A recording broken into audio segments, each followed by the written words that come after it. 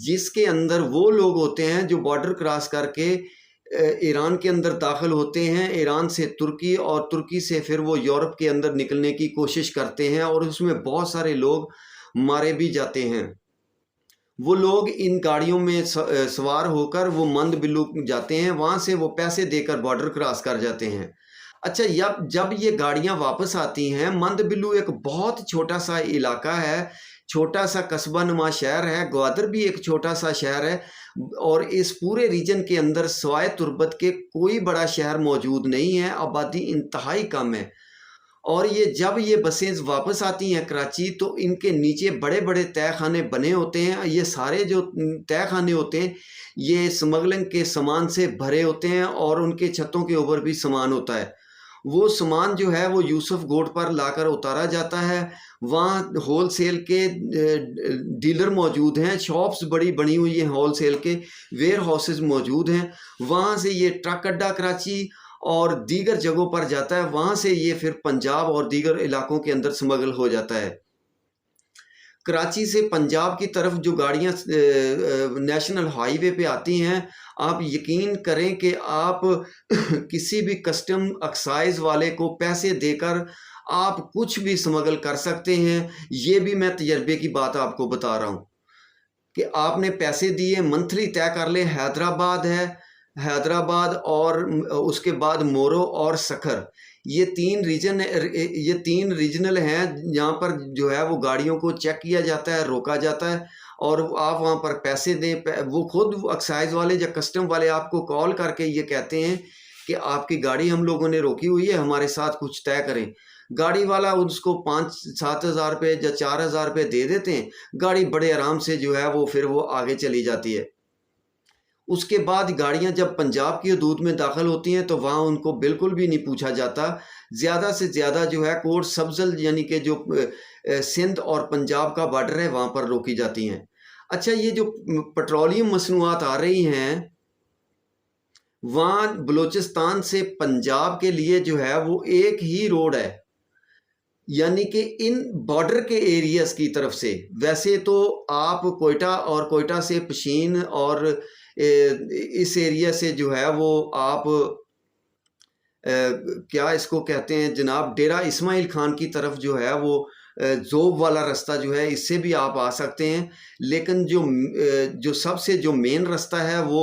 مچھ بلان سبی، اور یہ رستہ جو ہے یہ جیکب آباد، اور جیکب آباد سے پھر شکارپور اور کشمور وغیرہ سے یہ پنجاب کے اندر یہ رستہ داخل ہوتا ہے۔ مین نیشنل ہائی وے یہ جو بلوچستان کو سندھ، انٹیریئر سندھ اور پنجاب سے ملاتی ہے۔ اور دوسری جو سڑک ہے وہ جناب لورا لائی والا رستہ ہے، اور وہ بھی ڈیرہ غازی خان کی طرف ہی آ کے نکلتا ہے۔ اچھا، یہ جو پیٹرول ڈیزل وغیرہ ہے یہ کوئی چھپ کر، کوئی جیب میں ڈال کر یا کوئی کسی کاٹن وغیرہ میں بالٹی میں ڈال کر تو لانے سے رہا۔ ایران سے یہ تمام چیزیں بڑی گاڑیوں کے اوپر جو ہے وہ سمگل ہو کر کراچی یا سندھ یا پنجاب کے علاقوں کے اندر آتی ہیں، اور اس کے اندر ہو سکتا ہے ایف سی کے جو اہلکار ہیں وہ بھی شامل ہیں، اس کے اندر جو کسٹم کے احکام ہیں وہ بھی شامل ہیں۔ اتنے زیادہ لوگ جو ہے وہ ان علاقوں کے اندر جو ہے مختلف فورسز کے تعینات ہیں، اس کے باوجود اگر سمگلنگ ہو رہی ہے، اگر سمگلنگ نہیں روک رہی، 1300 کے قریب جو ایٹم ہے وہ ایران سے سمگل ہو کر پاکستان کی مارکیٹوں کے اندر آتی ہے، کیونکہ ایران کے اندر جو ہے وہ انڈسٹری کے لیے بجلی فری ہے، ان کی ایکسپورٹ پر دنیا کے اندر پابندی ہے، تو ان کو سب سے جو آسان ہے وہ یہی ہے کہ وہ پاکستان کی طرف وہ چیزیں سمگل کر دیں۔ ایک چیز کی کاسٹ جو ہے وہ پاکستان کے اندر کسی چیز کے اوپر 10 روپے آتی ہے، وہی چیز جب ایران کے اندر وہ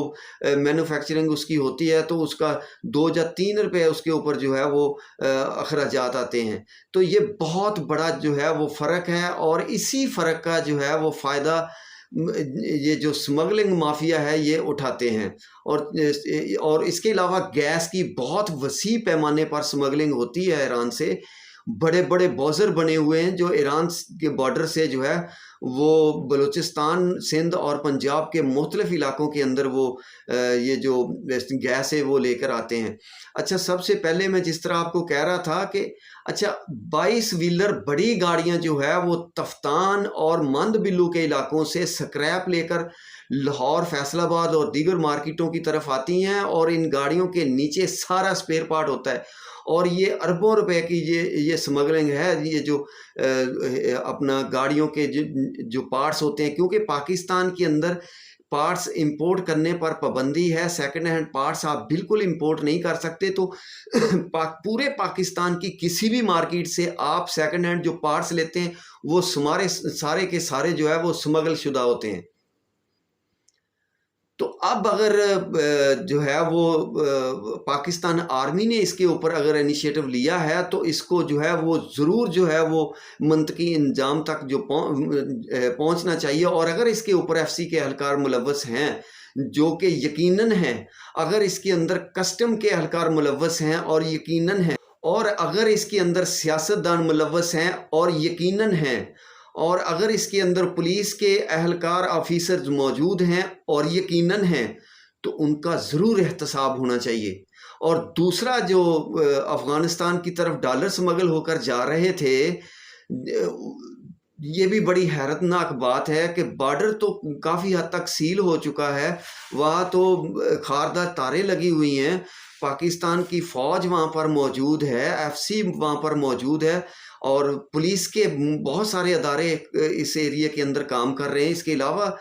دیگر ایجنسیاں کام کر رہی ہیں، کسٹم کا پورا ڈپارٹمنٹ جو ہے وہ ترکھم بارڈر پر موجود ہے، ایکسائز کے لوگ موجود ہیں، دیگر ایجنسیوں کے لوگ موجود ہیں، تو ظاہر ہے وہ انہی رستوں سے گزر کر لوگ جاتے ہیں، تو کیوں نہیں روکا جاتا ان کو؟ اس کا مطلب یہ ہے کہ ہمارے اندر کمزوریاں ہیں، ہمارے لوگ مل کر یہ سارا دھندا کرتے ہیں، ملوث ہیں اس کے اندر، اور ان لوگوں کو پکا ہاتھ ڈالنا چاہیے، اور اس مرتبہ بالکل جو ہے ان لوگوں کے خلاف جو ہے وسیع پیمانے پر ایکشن ہونا چاہیے۔ اگر آرمی چیف صاحب نے اس کا فیصلہ کیا ہے تو ضرور ان لوگوں کو منظر عام پر لانا چاہیے جو ان سمگلنگ کی چیزوں کے اندر ملوث ہیں۔ فوج کے لوگ اگر ملوث ہیں تو یقیناً ان کا بھی احتساب ہونا چاہیے۔ ایف سی کے لوگ جو ہے، ایف سی بھی چونکہ فوج کا ہی ایک ذیلی ادارہ ہے، وہ ان کے لوگ موجود ہیں، تو ان کا بھی احتساب ہونا چاہیے، ان کو بھی سخت سزائیں ملنی چاہیے۔ اگر اس کے اندر کسٹم حکام موجود ہیں، اس کے اندر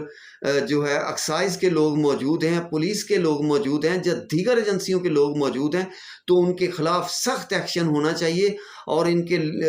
اس میں اگر طاقتور لوگ ملوث ہیں، جیسے سیاستدان ملوث ہیں، تو ان کے نام اوپن کرنے چاہیے، میڈیا پر آنے چاہیے، اور ان کے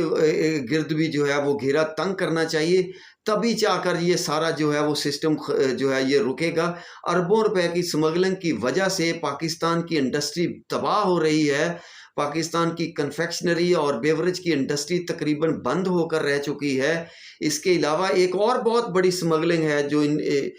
جو ایران سے ہوتی ہے، اور جناب وہ سمگلنگ ہے تارکول کی، جس کو لوگ کہتے ہیں، جو سڑکوں کے اوپر ڈالتے ہیں۔ اس کی بہت وسیع پیمانے پر اب آپ اندازہ کریں کہ یہ جو لوگ جس کو تارکول کہا جاتا ہے، اس کی سمگلنگ کوئی عام سمگلنگ تو نہیں ہے، ظاہر ہے یہ بھی بڑی گاڑیوں کے اوپر ہوتی ہیں، تو ان گاڑیوں کو کیوں نہیں روکا جاتا ہے، ان کے خلاف کیوں ایکشن نہیں لیا جاتا؟ بہت حیران کن بات ہے کہ پاکستان